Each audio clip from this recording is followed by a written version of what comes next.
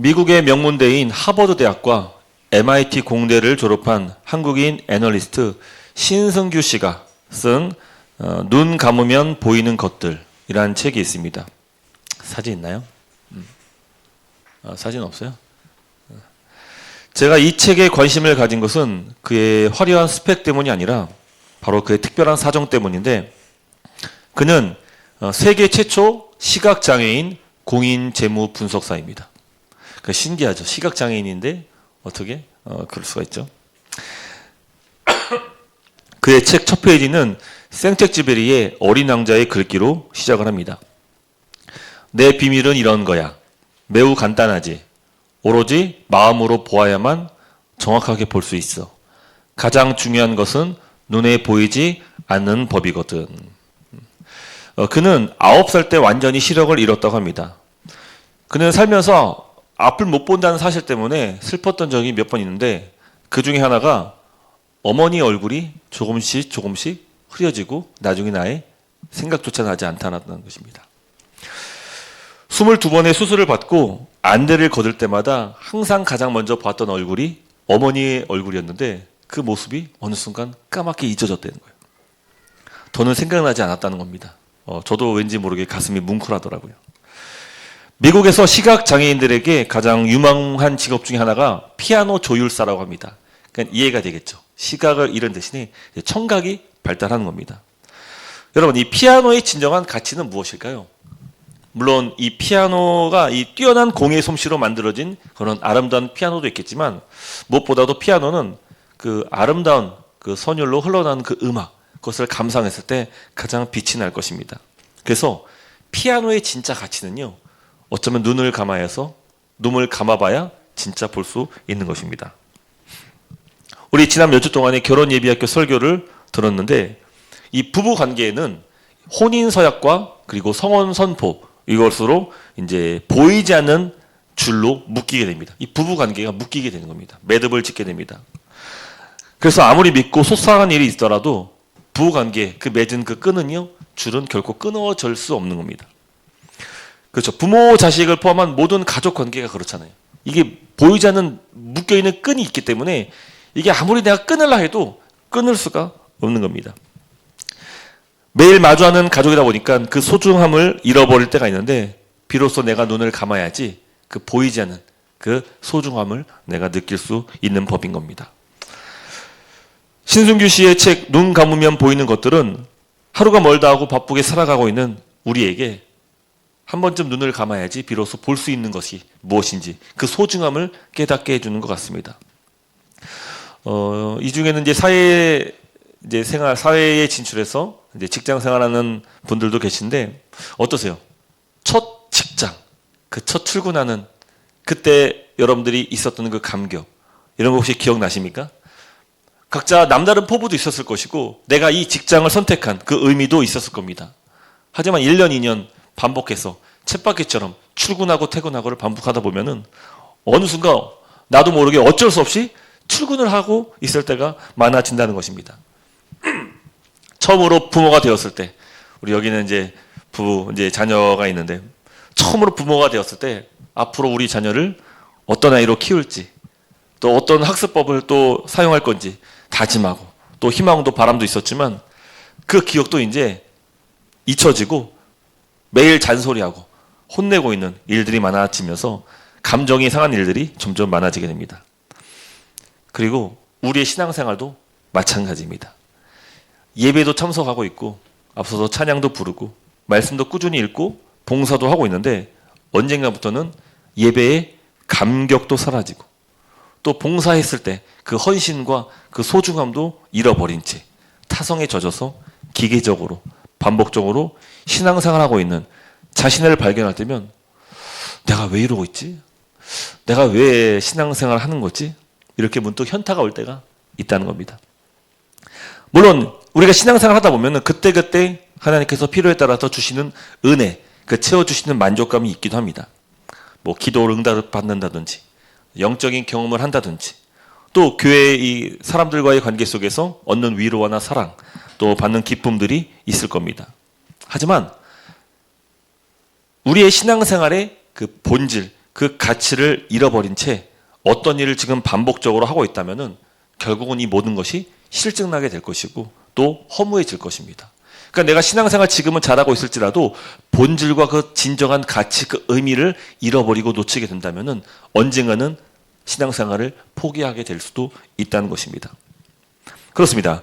항상 반복되는 평범한 일상을 살아가면서 가장 놓치기 쉬운 것, 바로 그 삶에 있어서, 내 삶에 있어서 본질과 가치를 잃고 그냥 되는 대로 살아가는 그런 모습입니다. 그럴 때 우리는 신승주 씨의 말처럼 한 번쯤 눈을 감아보고 진정한 나의 소중한 것이 무엇인지를 발견해 보는 것도 중요하다고 생각합니다. 여러분, 저와 여러분들은 하나님의 자녀입니다. 믿으십니까? 하지만 정작 내 삶 속에서 내가 하나님의 자녀라는 그 사실을 망각하고 또 본연의 가치, 그 의미들을 잃은 채 살아갈 때가 종종 있다는 겁니다.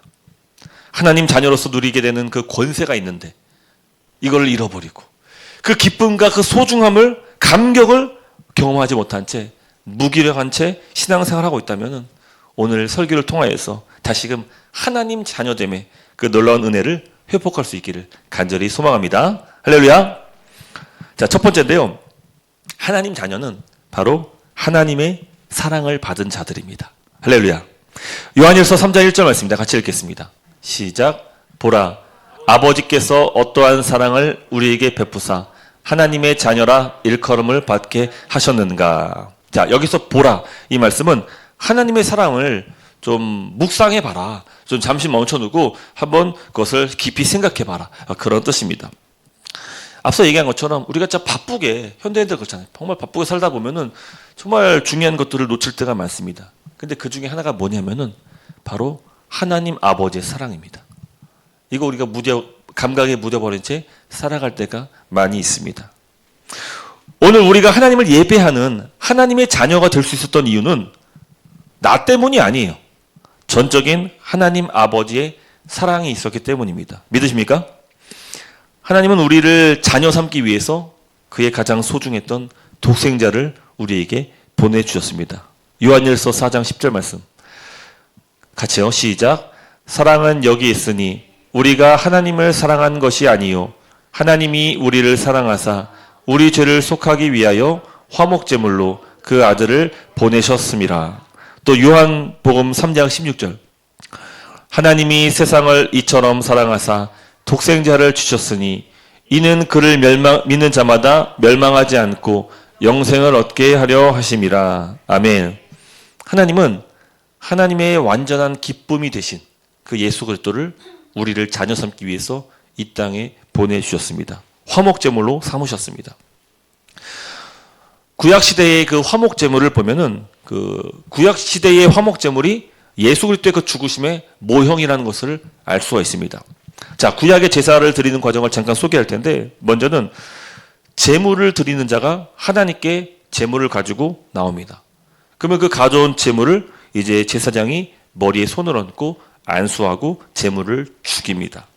자, 레위기 3장 3절부터 4절 말씀 보면은 제물 중에 기름과 두 콩팥 이것을 하나님께 바치도록 떼어냅니다. 예, 그래서 보면은 여호와께 화제를 드리지니 곧 내장에 덮인 기름과 내장에 붙은 모든 기름, 두 콩팥과 그 위에 기름 곧 허리 쪽에 있는 것과 간 덮인 커플을 콩팥과 함께 떼어낼 것이요. 그래서 기름과 콩팥을 따로 떼어내서 그것을 하나님께 바칩니다. 또 레위기 3장 5절 말씀 보면은 제사장은 제물의 피를 이제 단의 그 사면에다가 이제 뿌리고 난 다음에 그리고 그 제물 중에서 아까 거뒀던 기름과 콩팥을 화제로 불살라서 하나님께 바칩니다. 여러분, 왜 콩팥과 기름을 따로 하나님께 바치는 걸까요? 당시 여기서 채취했던 그 동물의 기름은 그 동물에 있어서 가장 가치 있고 가장 좋은 부분이고 가장 풍성하고 귀중한 것이었다고 합니다. 그래서 이 짐승의 기름은 부와 풍요를 상징합니다.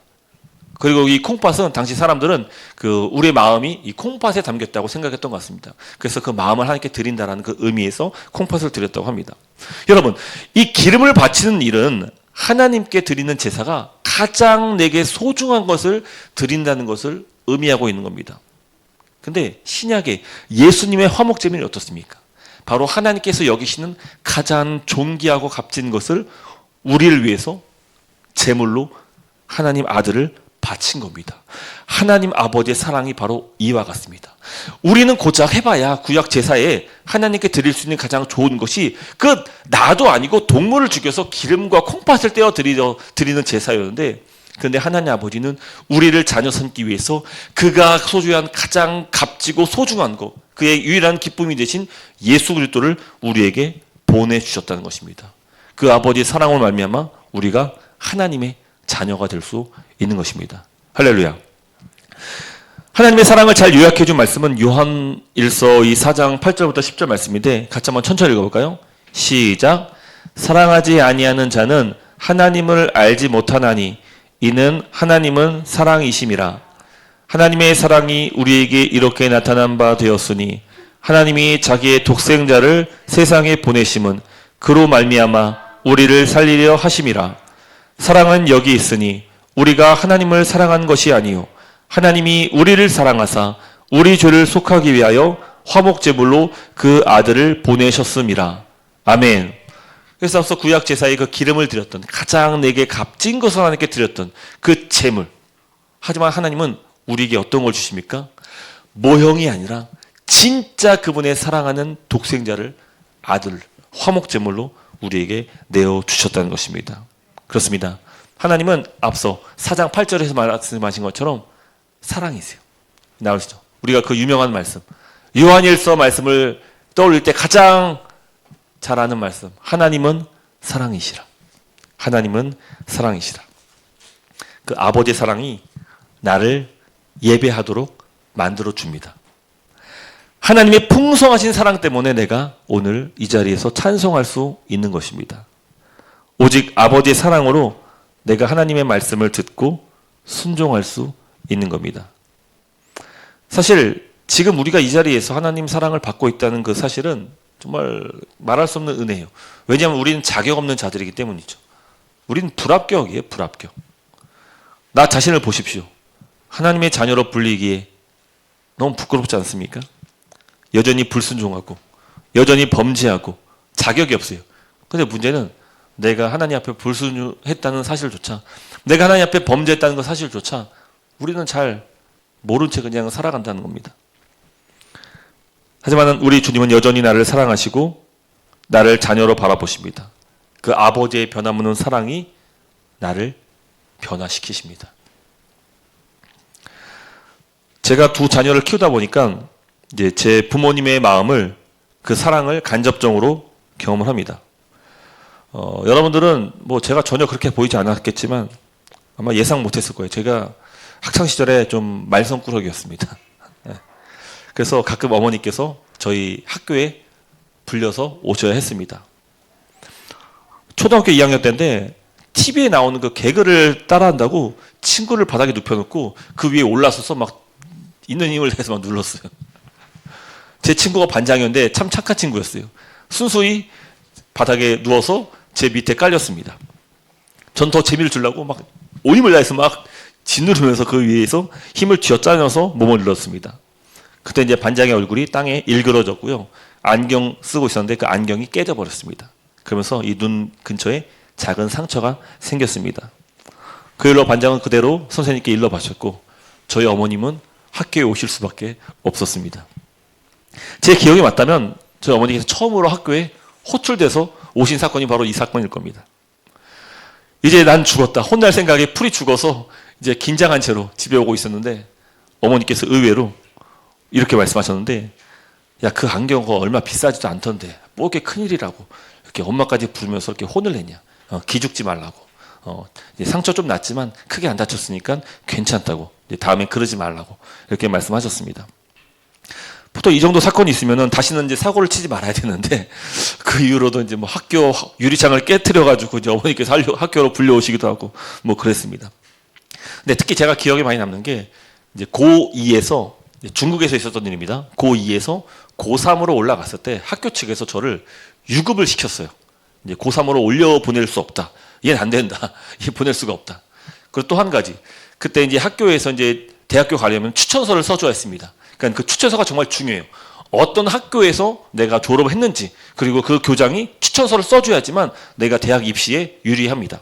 근데 그 추천서를 못 써주겠다는 거예요.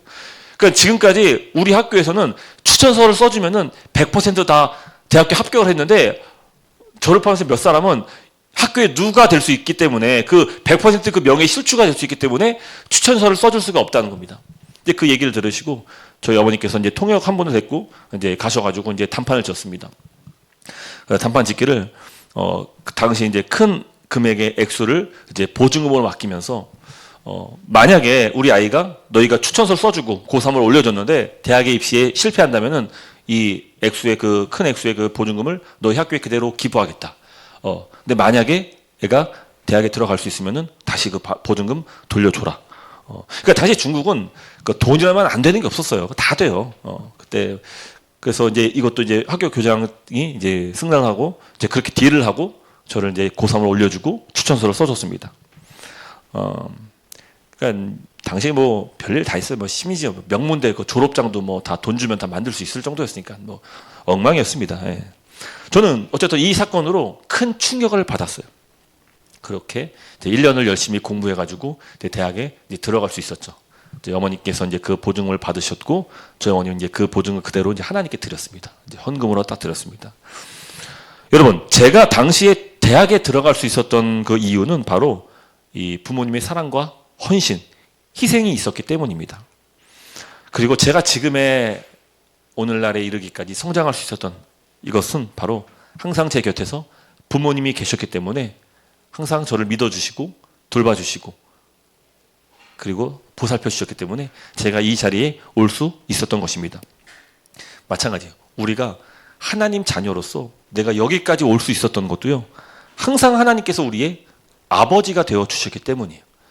그분이 나를 포기했다든지 나를 내버려 둔다든지 방치하셨다면 나는 오늘 내가 신앙생활은 여기까지 올 수 없었을 것입니다.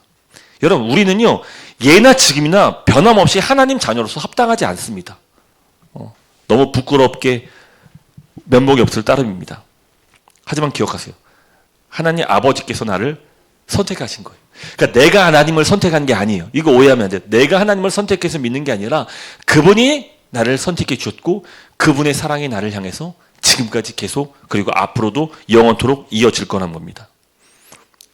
내가 사랑을 구걸해서 하나님께서 나에게 사랑을 주신 게 아니에요.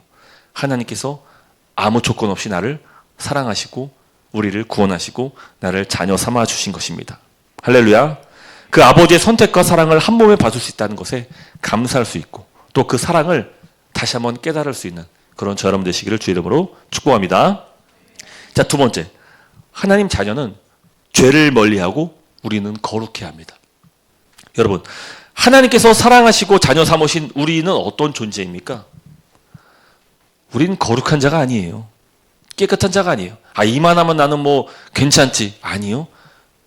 그런 생각조차가 우리가 너무 불경언하다는 것이죠. 우리는 죄인입니다. 그리고 죄가 익숙한 자들입니다. 하지만 그런 우리를 변화시키고 거룩할 수 있도록 변화시키는 그분이 바로 하나님이신 것이죠. 하나님은 죄인이었던 우리를 사랑하시고 자녀 삼으셨습니다. 그리고 하나님은 우리가 죄를 짓고 불법을 행하도록 그냥 내버려 두지 않으십니다. 자, 요한일서 3장 4절 말씀인데 같이요. 시작. 죄를 짓는 자마다 불법을 행하나니 죄를 불법이라. 여러분, 사실 우리가 하나님 자녀로 부름받았다는 것은 내가 죄가 없다는 얘기가 아니에요. 또 하나님 자녀가 됐다고 내가 죄가 다 단번에 사라지는 것도 아닙니다. 여전히 우리는 죄에 오염된 그 본성을 가지고 살아갑니다. 그러니까 하나님을 기쁘시게 하고자 하는 그 마음도 생겼지만 반대로 여전히 죄의 유혹 가운데 쉽게 넘어지는 미혹받는 그 나의 본성도 있다는 겁니다. 하지만 그 죄에 오염된 우리를 다시금 완전히 깨끗한 자로 만드신 이가 누구십니까? 바로 예수 그리스도세요. 요한일서 3장 5절 시작. 그가 우리 죄를 없애려고 나타나신 것을 너희가 아나니 그에게는 죄가 없느니라. 아멘. 그러니까 예수님께서 우리의 죄를 사하시고자 그분이 화목제물이 되셨단 말이에요. 그래서 우리가 그 안에 거하기 때문에 하나님 보시기에 우리가 무죄인인 거예요. 그러니까 내가 죄를 안 지어서 내가 무죄인이 아니라 내가 예수 그리스도 안에 연합했기 때문에, 한 몸이기 때문에 내가 예수님 때문에 무죄인인 거예요. 근데 우리가 헷갈리는 말씀이 그 다음 6절 말씀이요. 그 안에 거하는 자마다 범죄하지 아니하나니. 이 말씀을 하는 거예요. 그러니까 예수 안에 있는 자마다 범죄하지 않는다 말씀하는 거죠. 근데 우리를 보면은 우리는 범죄하거든요. 그러니까 죄의 빈도수는 좀 줄어들을지 모르겠지만 여전히 넘어지고 범죄한단 말이죠. 날마다 우리의 죄를 씻어주시는 그 예수 그리스도의 그 은혜, 그 공로, 이것도 내가 알겠지만 근데 또 범죄하지 않는다는 말씀을 또 말씀하고 있으니까 헷갈리는 거예요. 뭐가 정답입니까? 네, 그래서 이 6절 말씀을 좀 잘 이해할 필요가 있습니다. 그러니까 이 6절 말씀은 범죄하지 않는다는 말은 내가 죄가 하나도 짓지 않고 내가 완전히 깨끗한 상태를 말하는 것이 아니라 우리의 변화된 모습을 표현하는 것인데, 여러분 보세요. 우리가 예수 믿기 전에는 과거에 똑같은 죄의 문제를 가지고도 쉽게 아무 생각 없이 그냥 죄를 짓고 그렇게 살았다면은 그에 대해서 거리낌도 없고 후회도 없단 말이에요. 근데 예수를 믿고 난 후에는 내 안에 어떤 마음이 생겼냐면은 죄를 미워하는 마음이 생긴 거예요. 이 죄에 대해서 경각심을 갖게 시작했고요. 이 죄가 잘못됐다는 것을, 하나님이 기뻐하시지 않는다는 것을 내가 비로소 깨닫게 되는 거예요. 그래서 우리가 말씀을 들을 때, 여러분 요즘 현대인들이 당신이 죄인입니다, 회개해야 됩니다, 당신 그 죄를 고쳐야 됩니다, 이렇게 말한다고 사람들이 마음을 깨닫고 다시금 돌이킵니까? 얼마나 완악한지 몰라요. 오히려 거기에 대해서 항변하죠. 내가 왜 죄인이냐고. 그리고 자꾸 합리화시키는 거죠. 아니라 뭐 내가 죄가 아니라, 내가 죄인이 아니라 세상이 나를 이렇게 만들었다. 그러니까 법정 선고받은 그런 죄인들도 똑같이 한 얘기가, 난 죄가 없다, 세상이 나를 이렇게 망쳤다, 자꾸 남 탓하고 자기는 아무 잘못이 없다는 것이죠. 근데 우리 그리스도는 아니에요. 우리 마음으로부터 깊은 회개가 있고 난 후부터 우리 안에 누가 계시냐? 예수 그리스도. 근데 그 예수 그리스도는 우리 안에 죄에 대해서 민감하고 죄를 짓고도 그냥 마음 편하게 하지 않는 것, 우리로 하여금 회개할 수 있도록 또 다시 하나님 앞에 나아갈 수 있는 그런 믿음을, 용기를 우리 가운데 허락하신다는 것이. 그래서 우리가 범죄하지 않아야하니, 이거는 하나님을 불신하면서 하나님께 나아가지 않는 그런 다시금 불법한 일을 하지 않고 여전히 주 앞에 나와서 회개하고 엎드리는 거예요. 그래서 우리 예배 순서에 이 사제의 기도가 있단 말이에요. 그 사제의 기도가 그냥 뭐 눈 감고 있는 시간이 아니라 그때 우리가 진심으로 하나님께 회개하면서, 하나님 내가 연약합니다, 내가 정말 한 주간 살면서 내 10계명 말씀조차도 내가 어기면서 이렇게 내가 살아갑니다, 연약합니다. 그러나 오늘 내가 이 예배를 드리기 위해서 주 앞에 나왔으니 나를 깨끗게 하시고 나를 정결케 하여 주시옵소서. 그런 간구가 되어야 되는 거예요. 그로 말미암아 거룩함을 우리가 지금 예배하는 거예요. 지금 여러분들은 어떤 상태입니까? 네, 거룩한 상태인 거예요. 죄가 없는 상태인 거예요. 우리의 예배드리는 이 순간만큼은 우리가 하나님 앞에 온전한 모습으로 나아갈 수 있는 것이죠. 우리에게 주님께서 베푸신 은혜인 것입니다. 여러분 또 마찬가지로 우리는 일상에서도 이 죄와 타협하지 않고 싸워야 하는 것이, 이런 야성이 있어야 됩니다. 죄가 우리 안에 치열하게 유혹하고 나를 넘어뜨려 한다는 것을 우리는 삶의 순간순간마다 깨닫게 되어야 합니다. 이제는 죄를 미워하고 하나님이 싫어하는 생각과 행동과 언어를 바꾸는 겁니다. 성도는 죄에 대해서 가장 무기력한데 그때 우리가 가장 영적으로 죽어 있는 상태라는 것이에요. 그래서 깨어있으면 어떻게 해야 됩니까? 그래서 죄에 대해서 민감해야 돼요. 내 오늘 하루를 살아갈 때에 내 삶에서 내가 과연 하나님 앞에서 온전했는지, 그 영적인 자각심이 내 안에, 영적인 그 감각이 살아있지 않는다면 우리는 영적으로 죽은 상태나 마찬가지로 그냥 아무 반응 없이 그냥 죄를 짓고 그냥 그렇게 살다가 다시 주 앞에 나와서 예배할 때 회개하고 또 다시 돌아가서 또 반복되는 또 죄를 짓고, 이 일들이 반복되게 된다는 겁니다. 여러분 그래서 기억하세요.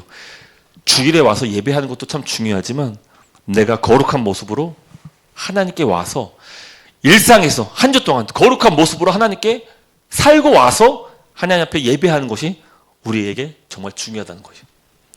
내가 하나님 자녀답게 거룩함으로써 내 일상에서 살아내는 것, 이게 정말 중요하다는 것입니다. 내년 초에 이제 등록교인 서약식을 갖습니다. 이제 12월부터 온라인 신방도 하잖아요. 이제 그때도 이제 우리 대상자들과 또 함께 말씀을 나누고서 또 면접도 보게 될 건데, 제가 확인하고 싶은 건 한 가지예요. 뭐 거의 다 통과되겠지만 그래도 한 가지 확인하고 싶어요. 그게 뭐냐? 바로 하나님을 내 삶에 있어서 최우선순위로 두겠는지, 이제 이 고백에 대한 답변을 제가 요구할 겁니다. 이 고백이 진실된 고백인지 교회는 두 가지 실천을 요청합니다. 첫 번째가 교회의 공적인 예배와 모임을 반드시 참석해야 된다는 겁니다. 주일 예배와 금요일 모임, 그리고 교회가 하는 양육에 필참해야 됩니다. 살다 보면은 다양한 변수가 있습니다. 주일 예배에 뭐 가족 모임이 있단다든지, 중요한 시험이나 면접을 본다든지. 여러분, 그런 순간에 나는 과연 내 삶에 하나님을 최우선순위로 둘 것인지 이거를 확인해야 되는데, 근데 등록교인 서약을 하면서 그 고백과 그 서약이 없다면 우리는 쉽게 타협하고 그냥 교회 예배 또 중요하지만 근데 중요한 시험이 있는데 이거 당연히 치러야지. 그렇게 우선순위의 문제에 있어서 번번이 하나님을 예배하는 것을 차순위로 둘 수 있다는 겁니다. 그래서 여러분, 내 어떤 상황일지라도 하나님을 예배하는 것이 내 삶의 우선순위라는 것, 이것을 죄와 타협하지 않도록 나는 분명히 서약하고 그리고 서약 등록교인으로 될 것입니다. 두 번째는 이제 의무 헌금을 온전히 드릴 것인지 이거 이제 확인을 할 겁니다. 이 세상을 살아가면서 우리를 넘어뜨리는 가장 사단의 매서운 공격은 다름 아닌 물질입니다. 물질. 가장 치명적인 공격입니다. 내 돈, 내 소유. 여러분, 우리 십계명 때 배웠지만 모든 탐심은 우상숭배예요. 우상숭배. 미국의 한 목사님이 교회 전도사님의 탐심을 발견하고 시험을 하셨는데, 전도사님, 교회 통장으로 2만 불 헌금하십시오. 그럼 뭐 다른 설명도 없이 그냥 다짜고짜 풀어놓고 2만 불 헌금하라고 이렇게 말씀하셨습니다. 다행히 전도사님은 이제 내 목사님하고 바로 입금을 했다고 합니다. 그 전도사님은 사실 엘리트입니다. 그러니까 전도사의 사역도 하지만 사실은 본업이 있는 분이. 근데 본업은 그 미국에서 그 공무원처럼 이렇게 관공서에서 근무하는 그런 분입니다. 그러니까 아이비리그 명문대도 졸업했고 정말 남부럽지 않은 그런 직업도 가진 그런 엘리트십니다. 그러니까 요새는 이제 목사도 이런 명함 하나 있어야지 어디 가서 좀 사역할 수 있는 것 같아요. 여러분, 세상에서 성공한 사람이다 보니까 그래서 더 물질에 유혹받기가 더 쉬운 거예요. 그래서 이 전도사님이 앞으로 정말 진심으로 결심하고 사역하기를 원하는지를 이제 목사님이 시험하시고자 그런 시험을 했고, 그 시험에 통과하자 이제 다시 이제 그 돈을 돌려주었다고 합니다. 여러분, 근데 저는요, 전도사님만이 아니라 이거는 모든 예수 믿는 신자들이 다 이와 같은 시험에 통과해야 된다고 생각을 합니다. 왜냐하면은 돈과 탐심의 문제는 목회자들만 넘어뜨리는 것이 아니라 모든 성도도 넘어뜨리는 문제이기 때문입니다. 교회에 의무 헌금을 못한다. 그것도 온전히 하지 못한다. 가벼운 죄의 유혹, 돈의 유혹에 쉽게 흔들린다. 미혹을 받는다. 여러분, 그렇다면은 우리는 번번이 실패하고 넘어지게 될 것입니다. 그러므로 성도는 죄를 멀리하고 죄와 싸워야 합니다. 그래서 이 등록교인 서약식을 하면서 분명한 결단과 앞으로 내 삶의 우선순위를 딱 결정을 하고, 그리고 타협하지 않는, 죄와 타협하지 않고 싸우는 그런 야성들을 우리가 가질 수 있어야 합니다. 우린 영적인 싸움은 가만히 있는다고 이게 치러지는 게 아니에요. 그냥 내가 무방비 상태로 가만히 있는다고 이게 영적인 싸움에 자동적으로 이게 승리하는 게 아니란 말이에요. 사단은 나를 공격할 때 가장 취약한 부분을 건들면서 계속 공격한단 말이에요. 그래서 내가 치열하게 싸우고 전투태세를 갖추지 않는다면은 우리는 항상 넘어질 겁니다. 여러분, 정말 내가 하나님의 자녀입니까? 정말 내가 하나님의 자녀로 내가 이 땅을 살아가는, 온전히 살아가기 위해서 내가 변화된 자라고 여러분 믿으십니까? 그렇다면 내 연약함이 무엇인지를 발견하고, 그리고 그를 위해서 치열하게 싸울 그 준비태세를 해야 될 것입니다. 그리고 중요한 것은요, 그 치열한 싸움에서 우리 하나님께서 나를 도와주신다는 겁니다. 여러분, 요한일서 1장 5절 말씀 볼까요? 너무 중요한 말씀. 요한일서 말씀에 두 축이 있는데, 하나는 하나님은 사랑이시라, 그리고 또 다른 한 축이 바로 이겁니다. 바로 하나님은 빛이시라. 하나는 하나님의 사랑이시라, 또 하나는 하나님 빛이시라. 여러분, 하나님이 빛이십니다. 그분에게는 어둠이 조금도 없으십니다. 우리는, 하나님의 자녀는 빛의 자녀입니다. 믿으십니까? 그러므로 빛의 자녀도 어둠에 거해서는 안 되는 거예요. 그래서 죄와 싸워야 하는 겁니다. 그리고 그 어둠을 물리칠 수 있도록 하나님께서 우리에게 어떠한 특별한 장치를 허락하셨는데, 요한일서 3장 9절 말씀입니다. 같이 한번 읽겠습니다. 시작. 하나님께로부터 난 자마다 죄를 짓지 아니하나니 이는 하나님의 씨가 그의 속에 거함이요 그도 범죄하지 못하는 것은 하나님께로부터 났음이라. 잘 보세요. 우리가 하나님의 자녀인데요, 우리 안에 자녀로서 하나님의 씨가 있대요. 근데 그 씨가 우리로 죄를 짓지 않도록 만든다는 것이죠. 여러분 여기서 하나님의 씨가 있기 때문에 죄를 짓지 않는다는 그 말씀을 얘기할 때 저는 이 하나님의 씨를 성령님으로 보고 싶습니다. 성령님. 우리가 예수 그리스도로 말미암아 거룩함으로 하나님의 자녀로 다시 태어났습니다.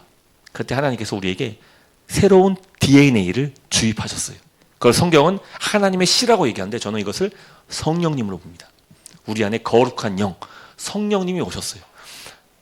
과거 내가 육체의 몸으로, 육신으로 살았던 내 모습 가운데 이제 거룩한 영이 내 안에 오신 거예요. 성령님이 내게 임재하셨죠. 그로 말미암아 성령님이 우리를 지키세요. 그분이 나를 죄로부터 보호하십니다. 그리고 성령님은 나를 떠나지 않으시고 항상 우리와 영원토록 함께 하십니다. 문제는 우리 몸 안에 육의 모습도 있지만 영의 모습도 있다는 거예요. 이 두 개가 치열하게 싸운다는 거예요. 그래서 이 로마서에 보면은 사도 바울이 이 두 영적인 싸움을 치열하게 싸우는 것을 묘사하기를 내 안에 하나님을 기뻐하시고자 하는 그 육신의 그 하나님을 기뻐하시고자 하는 그 영의 소욕도 있지만 반대로 하나님께 범죄하는 그 육체의 소욕도 여전히 있다는 거예요. 그 소욕이 치열하게 싸운다는 것이. 하지만 우리 안에 성령님을 내가 의지하고 그분을 나의 삶의 주인으로 모실 때 내가 성령님의 힘으로 말미암아 죄와 치열하 싸우고 그 싸움에서 승리할 수 있게 만들어 준다는 것입니다. 성령님은 우리 안에 담긴 그 씨가 자라도록 우리를 돌보십니다. 여러분 씨는요 당장 눈에 봤을 때는 아무런 가치도 없을 만큼 정말 미미합니다. 여러분 씨보다 정말 연약한 게 뭐가 있겠습니까? 눈에 잘 보이지도 않는단 말이에요. 근데 놀랍게도 그 씨가요 땅에 심겨지고 농부의 돌봄을 받잖아요. 놀랍도록 자라게 됩니다. 가지를 맺고요. 그리고 열매를 맺어서 그 열매가 우리들에게 수확의 결실로 오게 되는 겁니다. 우리 안에 담긴 씨앗을 키우시는 주님으로 말미암아 앞으로 우리 모든 인생 속에서 우리는 성령님의 도움을 받으면서 이제 죄에 민감하여서 죄와 싸울 수 있게 된 것입니다. 이 사실을 믿으시면서 하나님의 자녀로서 그 DNA를 우리가 인정하고 그 DNA로 말미암아 일상에서 전투에서 승리할 수 있는 그런 저 여러분 되시기를 주님의 이름으로 축복합니다. 마지막 세 번째는 하나님 자녀는 형제를 사랑합니다. 오해하면 안 돼요. 형제는 형제 사랑 이거 그 얘기 아니에요. 또 자매는 자매 사랑 그 얘기 아닙니다. 형제든 자매든 주 안에서 맺은 하나님 가족 공동체 더 나아가서 내 이웃을 사랑한다는 말씀입니다. 요한일서 3장 10절 말씀 같이 읽겠습니다. 시작. 이러므로 하나님의 자녀들과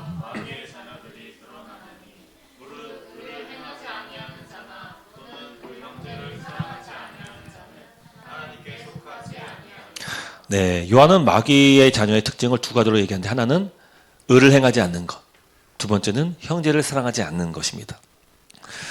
그리고 이 요한은 11절에서 형제 사랑을 가리켜서 처음부터 받은 소식이다라고 말씀합니다. 아마도 복음을 배울 때 처음에 배웠던 그 복음이다라는 것을 말하고 싶었던 것 같아요. 실제로 요한 복음에서 요한은 예수님의 가르침을 잘 표현하고 있는데 13장 34절 말씀입니다. 요한복음 13장 34절 없나요? 네, 제가 읽을게요. 새 계명을 너희에게 주노니 서로 사랑하라. 새 계명. 예수님께서 우리에게 주신 계명, 새 계명. 서로 사랑하라. 맞습니다. 우리 주님은 우리에게 서로 사랑할 것을 명령하셨습니다. 그리고 우리는 하나님 자녀이기 때문에 우리는 서로 사랑해야 합니다. 요한일서 4장 8절. 사랑하지 아니하는 자는 하나님을 알지 못하는 이는 하나님은 사랑이심이라. 여러분 아버지가 사랑인데 그의 자녀가 사랑이 아닐 수가 있겠습니까? 아니죠. 그럴 수 없죠. 하나님이 사랑이시기 때문에 우리는 사랑의 자녀들이.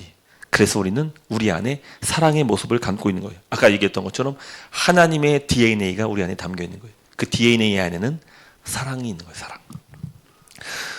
우리는요 하나님 아버지의 사랑을 받은 동시에 또 사랑을 베풀도록 부르심을 받았습니다. 근데 우리 안에 미움을 가져다 주는 존재가 있다. 바로 마귀입니다. 마귀. 마귀는 과거 뱀의 모습으로 나타나서 아담을 하나님과 관계에서 완전히 끊어버렸습니다.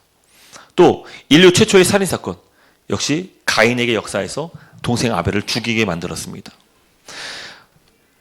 여러분 이 예수님은 살인에 대해서 산상수훈에서 이렇게 정의하셨는데 형제에게 노하는 자마다 심판을 받고 형제에 대하여 라가 즉 욕설을 하는 자마다 살인하는 자다 라고 정의하십니다. 가인의 살인은 오늘 우리에게도 반복되어 일어나고 있는데 그 살인은 다름 아닌 형제를 미워하는 겁니다. 형제를 미워하는 것.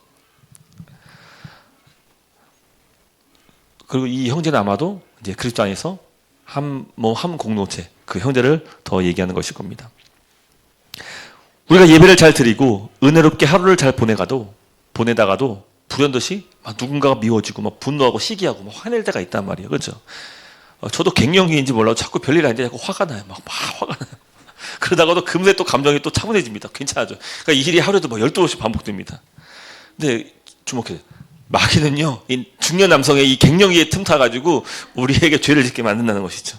얼마든지 살인을 저지르게 만든다는 거예요. 그러니까 저도 주의하고 자각해야 돼요. 아, 이게 갱년기, 사단이 나를 역사하는구나. 이거 깨달아야 되죠. 여러분, 하나님께서 우리를 하나님 자녀 삼으신 목적이 무엇입니까? 요한복음 10장 10절 말씀, 11절 말씀인데, 내가 온 것은 양으로 생명을 얻게 하고 더 풍성히 얻게 하려 하는 것이다. 보세요. 우리를 부르신 목적, 우리를 자녀 삼으신 목적은 우리로 하여금 생명을 얻게 하고 더 풍성히 얻게 하기 위해서 우리를 부르신 겁니다. 즉 우리에게 생명, 영원한 생명, 영생을 주시고자 우리를 불러주셨습니다. 그리고 그 영생은요 바로 하나님 자녀로 살아가는 그 삶일 것입니다. 부디 우리 안에 영생의 기쁨이 날마다 우리 삶에 충만하기를 간절히 소망합니다. 우리 주님이 우리를 하나님 자녀 삼으신 것은 우리로 복되게 하기 위해서, 이 세상에서 결코 만족할 수 없는 이 땅 가운데서 하나님의 영원한 생명을 주시고자 우리를 자녀 삼으셨다는 것을 믿으시고 그 하나님의 사랑을 잊어버린 채 이 땅에 살아가기를 간절히 소망합니다. 또 두 번째, 우리로 죄와 타협하지 않도록 역사하신 그 성령님의 인도하심을 따라서 치열하게 죄와 싸움으로 우리가 살아있다는 것을, 영적으로 살아있다는 것을 살아가면서 느끼실 수 있기를 간절히 소망하며, 세 번째, 서로 사랑하십시오. 사랑을 베풀 때 그 사랑이 나에게 다시 돌아올 것이, 그 돌아온 사랑은 내게 2배, 5배, 10배 더 풍성하게 찾아오게 될 것입니다. 우리 산예교회 지난 3년 동안 힘차게 달려왔습니다. 성경적 교회, 선교적 교회를 세우고자 정말 힘차게 달려왔는데, 어쩌면 그 달려오는 그 시간 속에서 한 목표를 위해 달려다 보니까 때론 놓치는 것이 있게 마련입니다. 그것 중에 하나가 뭐냐면 어쩌면은 우리가 서로 사랑하는 일을 놓치고 있었는지도 모를 거예요. 다시 한번 고백하기 원합니다. 우리 서로 사랑합시다. 할렐루야. 우리 한번 옆 사람 보면서 이렇게 합시다. 사랑합시다. 내가 사랑하겠습니다. 말씀 맺도록 하겠습니다. 혹시 반복되는 일상 속에서 놓치고 있는 사실, 내가 하나님의 자녀라는 사실, 그 사실을 다시 회복할 수 있기를 간절히 소망합니다. 기계적으로, 피상적으로 혹시 신앙생활하고 계십니까? 네. 우리 안에 그 아버지의 사랑으로 다시 가득 충만해지기를 간절히 소망합니다. 우리를 거룩하고 흠이 없도록 하기 위해서 십자가를 지신 그 예수 그리스도의 그 희생, 그 사랑, 이것을 다시 발견할 수 있기를 간절히 소망합니다. 결국 우리 신앙의 본질, 핵심은 바로 그 복음의 중심에는 나를 향한 아버지의 사랑, 그리스도의 은혜가 충만히 거해야 하는 것입니다. 세상의 일로 힘들고 외롭고 복잡하며 때로는 지치고 타성에 젖어 무의미, 무가치하게 반복되는 일상을 살아가고 있다면 다시 그 안에 하나님의 사랑을 말미암아 영원한 생명, 그 기쁨이 회복될 수 있기를 간절히 소망합니다. 내 안에 영생의 기쁨이 회복되어야만 내가 하나님의 자녀로 살아갈 수 있습니다. 부디 하나님 자녀됨의 기쁨을 회복하여서 담대히 하나님 자녀로 살아갈 수 있는 그런 저 여러분 되시기를 주님으로 축복합니다.